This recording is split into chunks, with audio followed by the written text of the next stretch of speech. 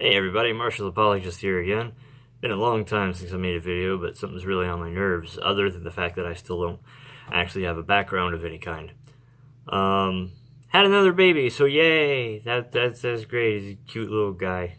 It's wonderful. I'm not sleeping much. Anyway, so a number of things have been going on in the world. A billion I can't even keep track. Can't even start to. Doesn't really matter. But one of the latest ones was when a madman who used to work for the Capital Gazette brought in his shotgun to his former workplace and then began to tragically end a lot of people's lives. And that was, it's just awful. You hate when somebody does stuff like that. And let's pretend we live in Crazyville for a moment, and we'll say that maybe in some universe, some employer could actually be evil enough that they could deserve that. I'm not saying that that is the case here, but like in hypothetical crazy land, maybe that would be the case. Even if that were the case, and it's not, gunning down a bunch of people who just happen to work there is not anywhere near a reasonable response to that. It's not a moral response. It's reprehensible on every level. So even in the craziest of universes, it's still completely unjustifiable for anybody to do that, and it's an absolute tragedy. That having been said, people have been making issue out of, one, Milo Yiannopoulos, making a joke in poor taste, because frankly, that's like half the jokes that he makes. Not unlike a great many comedians on primetime TV, frankly, but whatever. That, he sarcastically remarked about wanting looking forward to the day when journalists were gunned down in the streets or some such. Which, again, sarcasm, joke, awful thing to say. He's a journalist.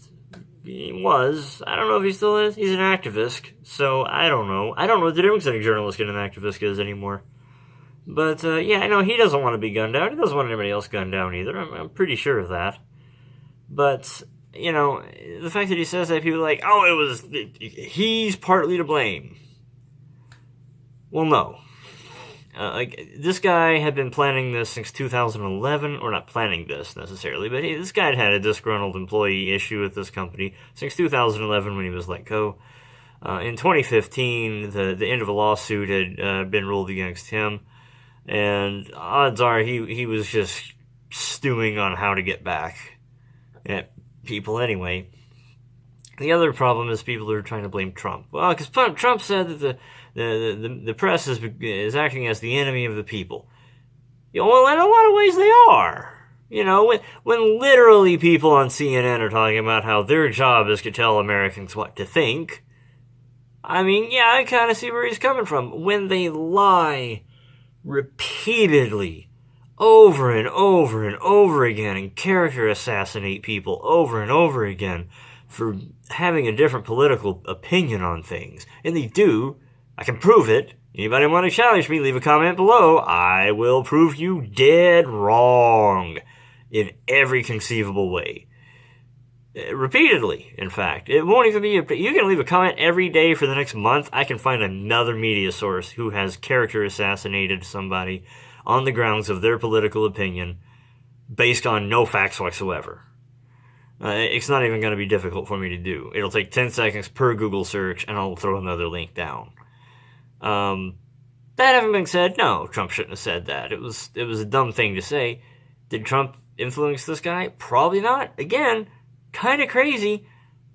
Also had, multiple stalker issues, apparently, against him. Which leads me to the last problem people have.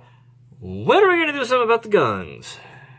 Which, forever and a day, was when a guy used an AR-15, and then when the one Texas school shooting happened with a shotgun and the pistol, all of a sudden that just kind of got swept under the rug real fast, because that wasn't a sexy story, I guess.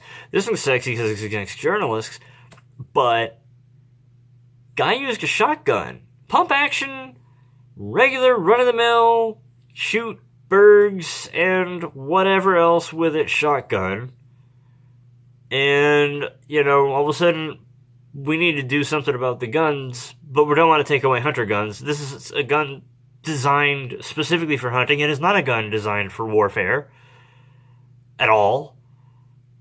And somehow the issue is guns again.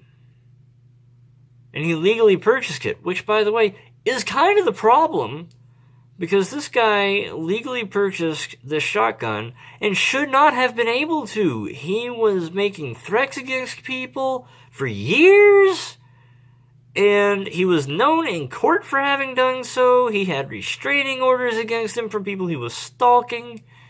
Like, this guy should not have been able to pass a background check, and he did. So maybe the problem is, yet again, we still need to enforce the gun laws in the U.S. I say we, I'm in Canada now, but you understand what I'm saying. I always think of myself as being an American in America, even when I'm not in America. That, maybe we just need to, actually enforce the gun laws as they are. Like, if they actually enforced the gun laws, multiple mass shootings now just wouldn't have happened. Now, you can't stop all of them. You got freaking Dylan Roof. I think it was Dylan Roof. Killed his mother. Took the guns out of, I'm assuming, a gun safe. I don't know. I don't remember that part too clearly. And then hauled off and, killed a bunch of people in a church. Absolutely terrible thing to do. I mean, but it started with a guy who was willing to kill his own mom to get the guns. So, good luck stopping him. That's just going to happen. That's the price you pay for living in the world, unfortunately. Because a certain percentage of people are crazy scumbags, and that's just going to happen. But, seriously, after I don't know, probably 4 different mass shootings in the last 3 years, at least, were super easy to prevent if law enforcement had simply done their jobs. And the fact that they're not doing a very good job makes me think that, much like I discussed with a friend of mine, we need a holistic solution, a root cause fix to people wanting to murder other people and committing suicide. I'm fairly certain the cause of both is very similar. And we really need to get onto that. My solution would be to defund gangs. That'll reduce the murder rate a lot. By way of making drugs legal and treating it as a public health crisis, defund the entire DEA because they're useless. Put all that money into helping people overcome addiction to drugs. That'll actually help reduce the overall gun crime and drug crime both.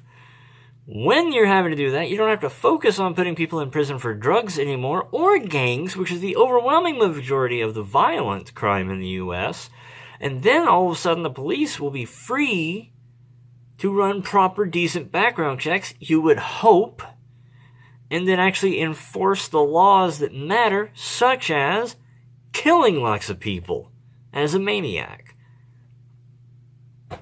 But, I guess that just makes me a paranoid conservative trying to hold on to my guns and Bible. Good luck.